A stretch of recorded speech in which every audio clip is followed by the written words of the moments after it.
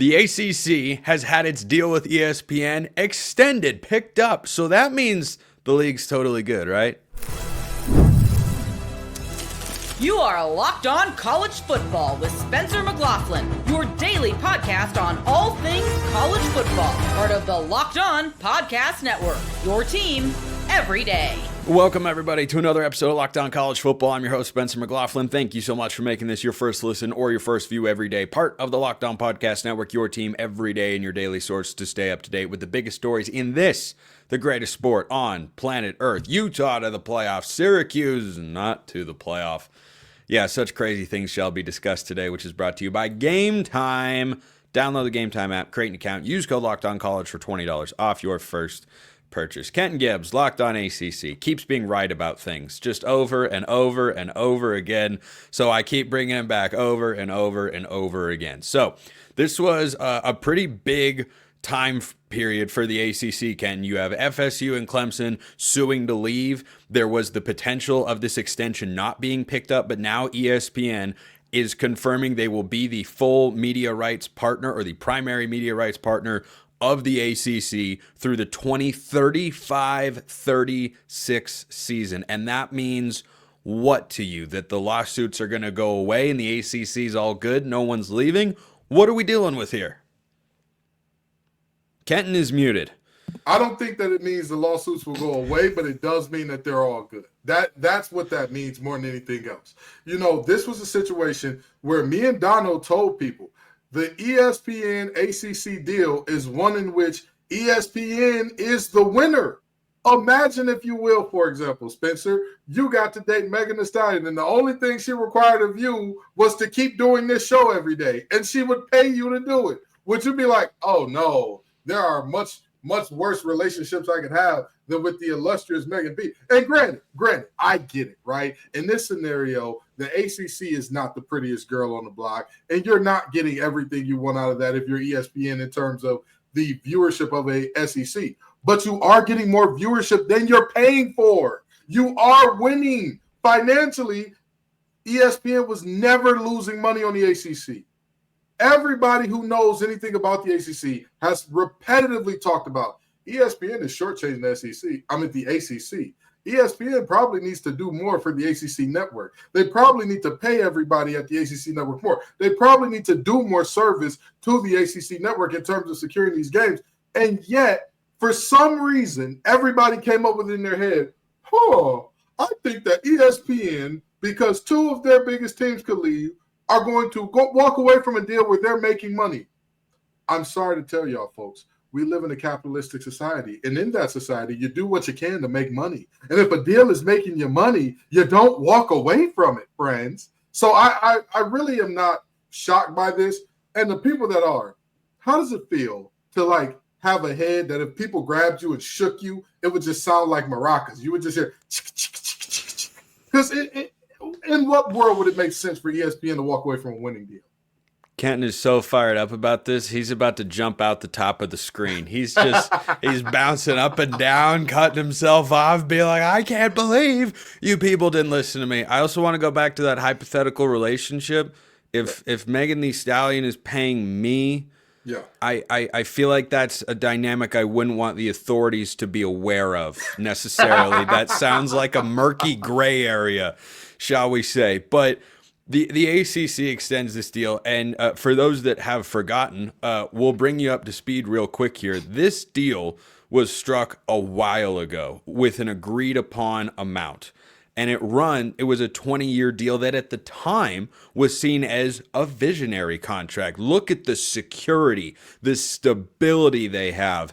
And they didn't anticipate at the time, the ACC members, presidents most notably, that the value of college football and television deals would go up so considerably. So on the one hand, it does create some stability for the league, but financially you remain at least a slight disadvantage compared to the ACC and the Big Ten. And if you keep Florida State and Clemson around, and I think this makes it, I'll get your thoughts on that in a moment, but if you keep them around, you have the ability to be closer from a valuation standpoint than what you're currently at. But if they extend the deal, I believe they can rework the finances, right, Ken? Because that's part of how they're trying to sweeten the pot to keep Florida State and Clemson interested. Well, the thing is that ACC has already sweetened the pot for them. There is already a split that if you have postseason success, you get paid more. So at this point, it's literally win and get paid, drive more viewership and get paid, win more postseason accolades and get paid. So at this point in time, how much more capitulation can the ACC do to Florida State and Clemson? For Florida State and Clemson, how much more can they bend the knee, kiss the ring, and say, hey, you are the grand poobah, and all the rest of us are kind of along for a ride? I bet you Florida State and Clemson want to find out. They want to find out, but guess what? The answer's already here. The answer's already here. The ACC has already created a model that definitely favors them over teams that historically and currently are not having the success of a Clemson, because everybody, congratulations, if you're watching this show and you're an ACC fan, your team had more success than Florida State last year. But the reality of that situation is, again, if you are talking about what concessions can possibly be made at this point, I genuinely don't know. And here's the other interesting part about that. Depending on how these court cases play out, those teams are really stuck. They're really set right there. It doesn't matter what you think. It doesn't matter how you want to cut or slice it, because those teams signed the grant of rights. Their presidents, the people who represent their universities signed the deal. And I'm sorry to tell you all this, but the way things work in America, if you sign an exploitative deal, 9 times out of 10, you're stuck. Really, 99 times out of 100, you're stuck. Congratulations, you signed it as an adult. You signed it as a consenting adult. Nobody put a gun to your head. You weren't being coerced to do it. It was literally, hey, this is the deal. What do you think about it? Sure, it's fine enough. Let's go ahead and sign it. So I don't see a path to where the ACC makes even more meaningful changes to kind of bolster the pocketbooks of Florida State and Clemson, because even if you try, a lot like the postseason success thing, guess who got more money on postseason success this year? SMU or Florida State? Even if you try, you can't guarantee that those two make more money, and it would be based on them being them instead of, hey, you are bringing more value at that point, which is completely and wholly unfair to the rest of the ACC. That's kind of the next step, I feel like, in all this that we'll be waiting on and discussing on our respective shows, Kenton, is does this mean Florida State and Clemson still try to get out and go to the Big Ten or the SEC, or do they pull back on the lawsuits and the only winner in all of this ends up being billable hours, which, you know what, it costs a lot of money to go to law school and you're under contract there, so that's the way it goes. But I mean, every time, billable hours, undefeated in all this realignment stuff. And I wonder, does this past season crystallize for Florida State donors, trustees, fans at all that, yeah, maybe the ACC is the right place for us to be? Because ultimately you want to win, right? I know you want to have a seat at the big boy table, but signing this contract, extending out into the mid-2030s, it gives you a really high floor. It may not give you the financial ceiling that you want, but you also have to think about competitive viability. And boy, if you can bottom out in the ACC, which I think was the 4th best conference this past year of the Power 4, you can bottom out in any conference and you could stay there in the SEC in particular. Yikes. What a time that would be. What a time that would be for them to bottom out. And like you said, the billable hours are undefeated. In the words of John Goodman in the movie with Denzel Washington Fallen, time is on the lawyer's side. Yes, it is. They're excited to see this. But I'm going to tell you, if we're talking about did this year crystallize it for Florida State, I believe that Florida State higher-ups were already backpedaling. And I'm going to say this from a very genuine standpoint of this is speculation. This is not what Kenton knows. Based on the information that has come out of Florida State and their higher-ups saying things like, we never specifically stated that we want to leave, even though that was in their lawsuit. Saying things like that tells me they are not fighting a winning battle. Because if you were in a position of strength or a position of, I know that I'm going to come out of this a winner, this year would say, no, this crystallizes that we need to go. This crystallizes that if we go elsewhere, we can have the financial, we can have the resources financially to prevent having a year like this instead of being in the ACC where the money may not be there for us to have success like we need. Ohio State spent $20 million on their roster. We can't do that with our TV deal with the ACC. The fact that that was not what came out of the higher-ups, again, this is speculation. This is not Ken saying I have a source close to Florida State that's in it. So I'm going to tell you when I got a source. I'm going to tell you when I know something. This is just speculation based on what I'm seeing. I think Florida State knows that their goose is cooked. For lack of a better term in this one. And they know they're going to be here until 2030 or 2030, whenever they can afford to buy it. I had not pondered that angle. The finance. That's interesting. That's interesting right there. That's why we bring on Kent Gibbs, Locked On ACC, for the interesting and the wild speculation about what Spencer's personal romantic life could be in an alternate reality. Hey, if you date Meg, you're going to have to fight me for it. It's going to be a Locked On Royal Rumble. I'm just letting you know right now. You know what I mean? We'll send that up the producer's hierarchy. Locked On Royal Rumble. Who's a better candidate for a given potentially single celebrity? All right, enough of that. And now back to football, because Utah, according to, speaking of ESPN, is going to win the Big 12 next year. Are we doing this again? You bet your rear end we are. First reminder, this episode brought to you by Game Time. Attending NFL playoff games or college football games or any playoff game for sports is an experience like no other. If you want to experience that with the best ticketing process possible, Game Time is the place to go. I have used Game Time several times myself. Why? They're the best.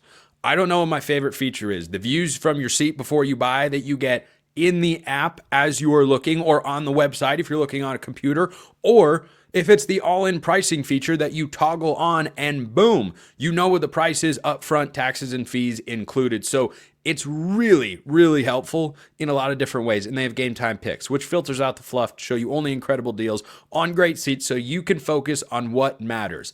Being there. Take the guesswork out of buying tickets with Game Time. Download the Game Time app, create an account, use code LOCKEDONCollege for $20 off your first purchase. Terms apply. Again, create an account, redeem code LOCKEDONCOLLEGE. That's Locked On College for $20 off. Download Game Time today. Last minute tickets, lowest price, guaranteed. ESPN projects Utah to win the Big 12 in 2025 because, well, it went so well last time. Why not double down? Drake Toll, Locked On Big 12 here, joining me to discuss. And Drake, look, I'm not always a fan of ESPN's projections or metrics. Sometimes I look at what they're doing and say, this is patently crazy, absurd. They're not making any sort of sense. Look how often they're wrong. I got to say, I don't think they're nuts on this one. I really don't, because I am that guy. Who's, maybe it's because this jacket I'm wearing has got Utah at the end of it in the SUU. Southern Utah is different than Utah, but in the same state. But I'm that guy who sits here and says, if they'd had a quarterback, yeah, they'd probably get to the Big 12 championship game. Isn't there another school in Utah that's in the Big 12 that is supposed to be a little bit better than the Utes next season? I want to start. You ask. I want to start there. I do believe that BYU, and so does ESPN, while they have Utah in their college football championship, in their college football playoff championship, they have BYU as the number 9 team in the preseason of their way too early rankings out of their top 25. So can we figure out which one it is? Do we really like the Utes? Do we really like the Cougars? Do we really like both? And if I am an Arizona State, speaking on behalf of Big 12 fan bases, or Kansas State, or Iowa State, or Baylor, or Texas Tech, who was great in the transfer portal, even at TCU, I'm saying, hey, whoa, well, why not me ahead of Utah? Think about me first. Come on, guys, I'm on the upward trajectory. And that's where I can't completely wrap my head around this is trajectory. Utah should be a top 10 Big 12 team next year. Utah is still one of the most formidable programs in this conference. They came in as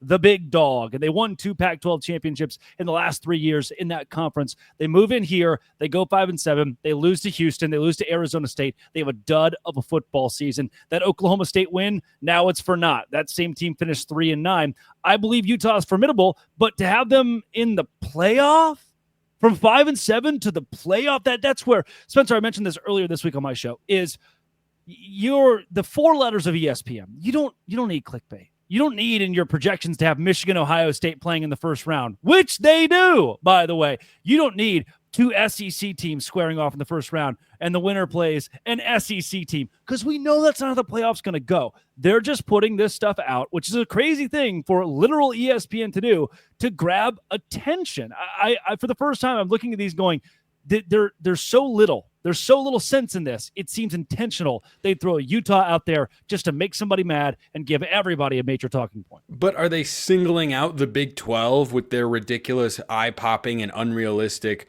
projection here? Because their other conference champs were Georgia, wildly possible. Yep. Penn State, again, wildly possible. I argued on this very show yesterday, the idea of Penn State going to Columbus and beating Ohio State is not out of the realm of possibility. Plus, that doesn't even necessarily mean Penn State can't win the Big Ten championship if they don't beat Ohio State, as we saw this year when they had an opportunity to do so. And their other conference champion is Louisville, and you might think that's kind of crazy, but then again, Louisville brings in Miller Moss at quarterback. I think Jeff Brom is a really good coach. They have been solid in the transfer portal. They were a good team last year. They just weren't great. And Clemson has, I think, step back potential, leap forward. I don't really know on Clemson, but Miami's got a brutal schedule. SMU, how much do we trust them? Like, I don't know. What do you think there's another conference championship projection in this ESPN 12-team playoff bracket that they've created here with their metrics that is as much of a troll job as Utah? I don't think so. I would agree with you there. And there are a couple of different brackets that ESPN's leaning on. One of them is Bill Connolly's, which seems a little more reasonable. Connolly has Ohio State, BYU, Clemson, and Texas all getting buys. I don't think we disagree with those. He also has LSU, Oregon in the playoff, Boise State, Penn State, Iowa State, Notre Dame, South Carolina, Georgia. Like, that all sounds fairly reasonable. I can't pick one of those and go, no, odd man out. Where the one they're actually touting, like the big one that ESPN's like, you know what, push it, is the one that has North Carolina. That's where you get, it's less the conference champions. It's more the additional things they've added into it just to make it spicy. North Carolina included, Michigan, Ohio State in round 1 included, and then Utah winning the Big 12. So if I'm a Big 12 school, a Big 12 fan base, number one, I'm like, dude, that's really stupid. Why would you put Utah ahead of us? We were a lot better last year and have an upward trajectory. But number two, I would take this with a grain of salt. And then if I'm a Utah fan, I would believe. I would buy in. Kyle Whittingham, 2 Pac-12 championships those last 3 years, as I already mentioned. And the defense held teams to 20.7 points per game last year. And with a good chunk of personnel on the defense coming back, Whittingham's team can contend. Jason Beck, Devin Dampier. There's still a chance that Utah, last year's preseason champion, could come back and win it all. Athlon has them at number 9, and they're way too early Big 12 power rankings. That's much. 9? No, 9's fine. 9's fine. 9 is not fine. By the way, earlier you said they can be one of the 10 best teams in the Big 12. Like, that's an accomplishment. That's like saying, well, they're an NBA playoff team if you count the play-in tournament. Like, yeah, that's 2/3 of the league. Sure. The Big 12 is that deep, where the 10 is a bowl game. You're going to go to a bowl game. We talked about it last year. There were 8 schools that could have won a Big 12 championship. There were 8 schools on the last weekend that had like a mathematic possibility to go and win a Big 12 championship. But think about Arizona State. They're better than Utah. I'm putting my life savings on this. Kansas State, better than Utah. BYU, better than Utah. Iowa State, Texas Tech, Baylor, TCU. Here's where it gets a little foggier around like the TCU, Kansas range. I still have those teams better than Utah. Utah at 9 makes a lot of sense to me. It feels a little low. If Dampier is healthy, I'm just saying. If Dampier is healthy, if KJ Jefferson's healthy, we keep saying this that what this guy can make. If DeQuan what do you mean keep saying this? Healthy, we had a 1 year experiment. We keep having but DeQuan Finn or KJ Jefferson, we see these guys who are either banged up or they're really good at a lower level. They're going to do it. They're going to be the catalyst for change, and they walk in and they're just not as good as we want them to be.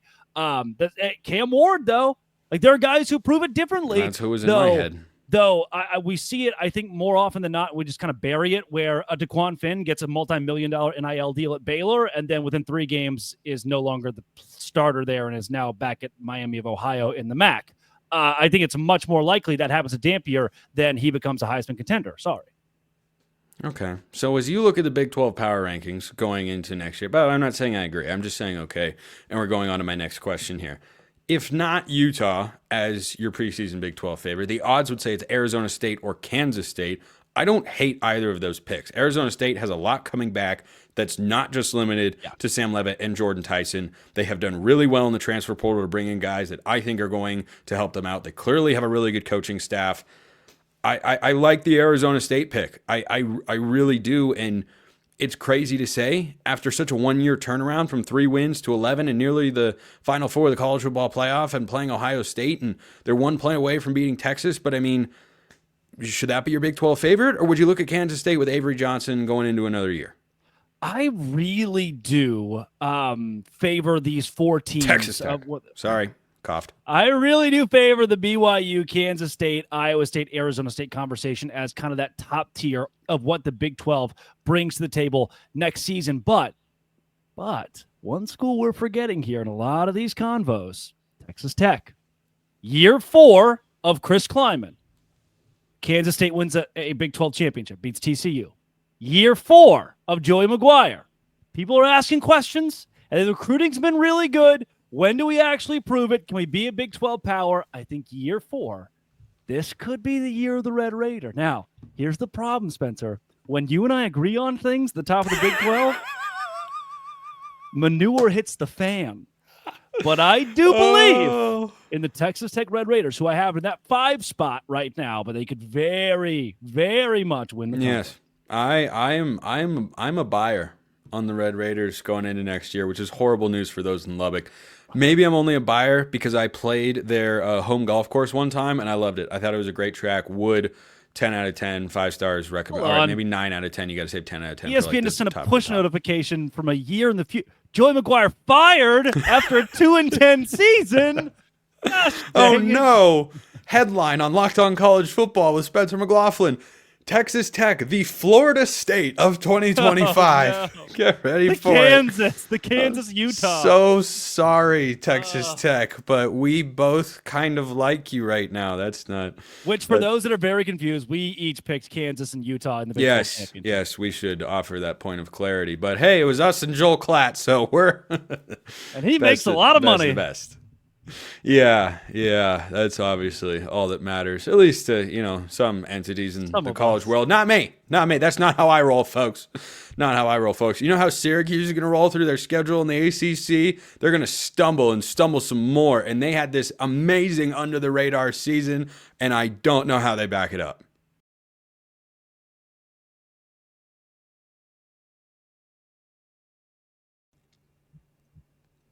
We can't yet see what Syracuse's win total is going to be for 2025. Whatever it is, I would like the under for 400, please, Alex. That's Jackson Holzer, though, not Alex Trebek, R.I.P. He is the host of Locked On Syracuse, not Jeopardy. And Jackson, I look at the Syracuse schedule, and I talked about the Miami schedule earlier this week because that one is brutal and makes it tough. I mean, real tough for the Canes to get into the college football playoff, but somehow, some way, the ACC has said, let's give Syracuse a harder schedule. What are the Orange going to do here after a 10-win season for Fran Brown? So I don't know if it's just about the ACC. It's also the non-conference. Who decided it was a good idea to have Tennessee and Notre Dame in the same year? Look, I don't know. I'm sure they're getting a lot of money for it, so that's awesome. But as far as wins and losses, if Syracuse can go 1-1 against Tennessee and Notre Dame next year, that's a win. Like that's a win, right? We'd all agree on that. I mean, if they go 1-1 in that stretch of 2 games, they might be like a 9-10 win team because that would mean they're probably really good. It's a brutal schedule, but we knew this. We knew the opponents were going to be really difficult. Tennessee, sometimes you never know in year out, but because they got that young quarterback and they were good last year, we assume that they're going to be good this year. And Notre Dame, national semifinalist. It's hard, man. It's hard.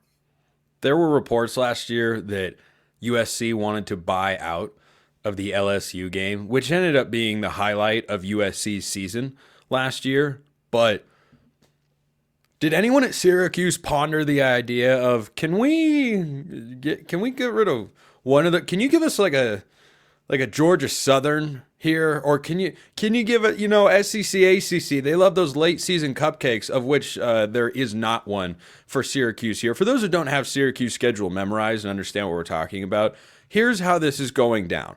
Tennessee, neutral site game in Atlanta, because why utilize home environments? That's a different conversation. UConn, who won 8 or 9 football games last year. Colgate, all right, that's toothpaste, you'll be fine. Then ACC play begins. At Clemson, reigning champs with Cade Klubnik back. Hosting Duke with Darian Mensah, high-profile transfer. At SMU and Kevin Jennings, who, he's really good at quarterback too. Host Pitt, at Georgia Tech. Host North Carolina, at Miami, bye, and then at Notre Dame before you host Boston College. I mean, that's as brutal of a 7-game stretch, I think, as you can put together in the ACC, Jackson. And Syracuse is going to go into those games with who at quarterback again? That's a great question because we don't know.